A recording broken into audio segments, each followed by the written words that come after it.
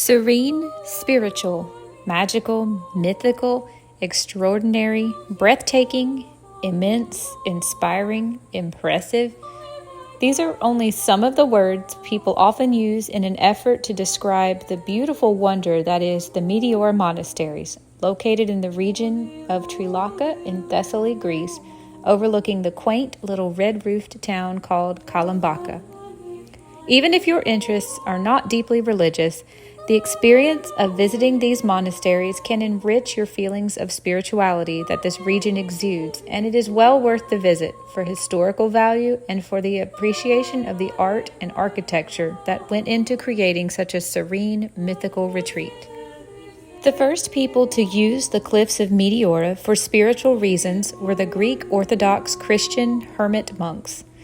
They came to this region between the 9th and 10th century to find peace and quiet and to isolate themselves in the many caves scattered among the cliffs. For centuries, these monks lived in complete isolation. Exposed to weather and all sorts of environmental elements, they relied heavily on the help of the locals to survive. They regularly received donations of food, water, clothing, wood, and essentials. The locals saw them as holy men who came to dwell in the area and were worthy of their support. This early period is the first stage in the monastic development of Meteora, dominated by the ascetic figures of the first hermit monks, living unorganized and in isolation in the caves. This first stage lasted for a couple of centuries, up until the 12th century, which began the second stage of development of Meteora's monastic traditions. Around the 12th century, a monk named Nilos decided to gather the scattered hermit monks of Meteora into a more organized monastic community. He set up rules and canons for the hermit monks of Meteora to follow, thus initiating the second phase of a more organized monastic development. The focal point of this community became the chapel of Dupiani, which still today is standing beneath the synonymous cliff on the northwest side of Kastraki village. The hermit monks of Meteora gathered every Sunday in the chapel of Dupiani to attend the Sunday service and to share provisions.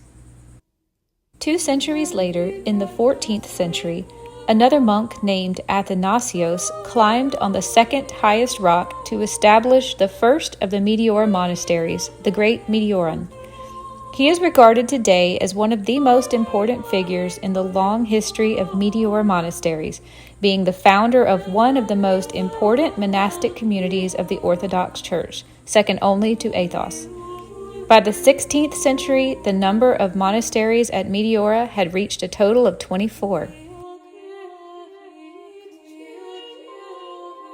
The 16th century was by far the best period of Meteora monasteries. During that time, the largest population of monks and the biggest number of monasteries were active. A century later, in the 17th century, the downfall was coming, and for the next 3 centuries, Meteora monasteries continually declined. Today, out of the initial 24 monasteries, only 6 survive and remain active.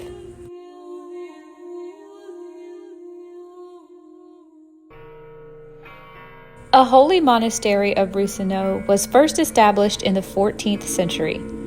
The origin of the name Roussanou is undetermined, but it is most likely the name of the first hermit monk who climbed atop and settled on the rock around that period. It may also originate from the Latin word russus, which means reddish color or russet. The rock does appear reddish in color, especially when viewed from certain angles throughout the day.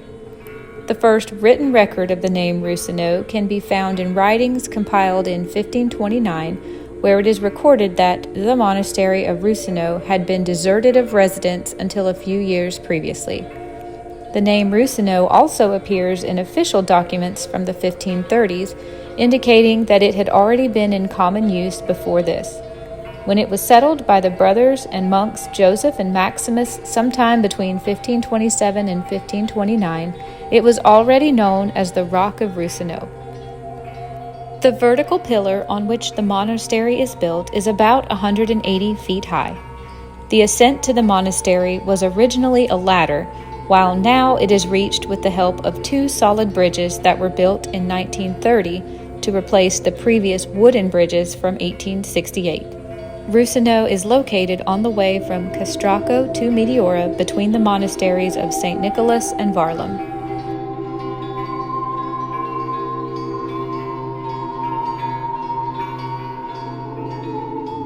The monastery took its present form in the 16th century, when the brothers Joseph and Maxis from Epirus rebuilt a ruined church that was dedicated to the transfiguration of Jesus Christ. The monastery is one single building occupying the entire available surface area of the cliff, creating the impression that the building was carved out of the cliff as an extension of the rock itself. Compared to other rocks where monasteries were built, Roussanou has a lower elevation, which makes it more easily accessible than some others. Roussanou was mainly built in 3 main levels in an effort to increase the available space inside. The Catholicon was built in 1545, and the main cathedral was founded at the end of the 16th century. The beautiful wall paintings and frescoes were done during the leadership of Abbot Arsenio in 1560, and the main cathedral was decorated 30 years later by an unnamed monk. The frescoes honor the memory of Santa Barbara. The Catholicon is dedicated to the Transfiguration, but it also honors the memory of Santa Barbara.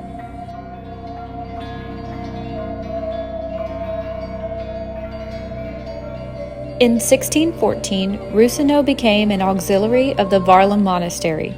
The monastery became a refuge for persecuted individuals and families during various historical vicissitudes in Greek history. Over the next 2 centuries, Roussanou declined and slowly fell into hermitage for the monks of Varlam. In 1940, during German occupation of Greece, the monastery was plundered and suffered severe damage. The monastery was repaired by an archaeological service in 1980 and became a community of nuns in 1988. Today, 15 or 16 nuns inhabit the small, cozy monastery. The Church of the Transfiguration of Christ occupies the ground level along with the nuns' quarters. The second and third levels are occupied by quest quarters, reception halls, and an exhibition room. Roussanou functions as one of 6 remaining active monasteries and is dedicated to Asia Varvara, or Santa Barbara, who is honored each year on December 4th. According to hagiographies, Barbara was the daughter of a rich pagan who carefully guarded her locked away in a tower in order to preserve her from the outside world. Having secretly become a Christian, she rejected any offer of marriage she received through her father. Her father commissioned a private bathhouse to be erected for her use near her dwelling. While he was away on a venture, Barbara had 3 windows put in it to symbolize the Holy Trinity instead of the 2 windows her father originally intended. When her father returned, she acknowledged herself to be a Christian. She was dragged before the prefect of the province, who had her cruelly tortured. However, Barbara held true to her Christian faith. During the night, her dark prison was bathed in light, and new miracles occurred. Every morning, her wounds had magically healed. Torches that were used to burn her went out as soon as they came near her. Finally, she was condemned to death by beheading. Her father himself carried out the death sentence on December 4th. However, as punishment, he was struck by lightning on his way back home from the execution, and his body was consumed in flames. Barbara was buried a Christian, and her tomb became the site of miracles. Saint Barbara is often portrayed in artwork with miniature chains in a tower. As one of the 14 holy helpers, Barbara is a popular saint, perhaps best known as the patron of armorers, artillerymen, military engineers, miners, and others who work with explosives because of her legend's association with lightning. She is also associated with mathematicians. A 15th century version of her story credits her with 13 miracles, many of which reflect the security she offered that her devotees would not die before getting to make confession and receive extreme injunction. Well, that's everything I know to tell you about the monastery at Roussanou. I visited in early July of 2023, and admission at that time was €3 per person. They do have summertime and wintertime hours that are a little variable.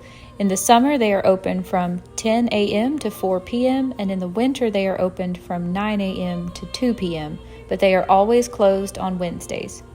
Appropriate clothing is required for everyone who enters the monastery. Sleeveless clothing and shorts over the knee for men are prohibited, and you will be denied access if you enter that way.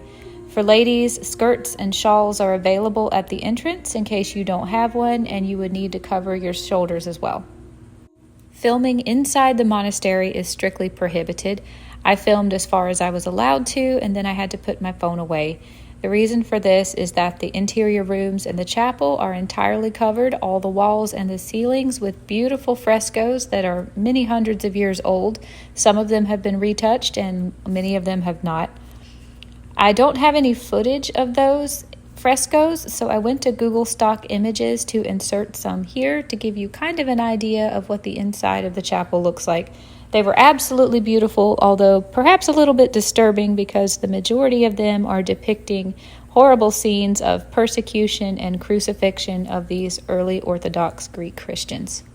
Anyway, I will leave this video here with the last of our drone footage and some images of the frescoes inside this monastery. I hope you enjoyed, and I will see you guys again in another video another day.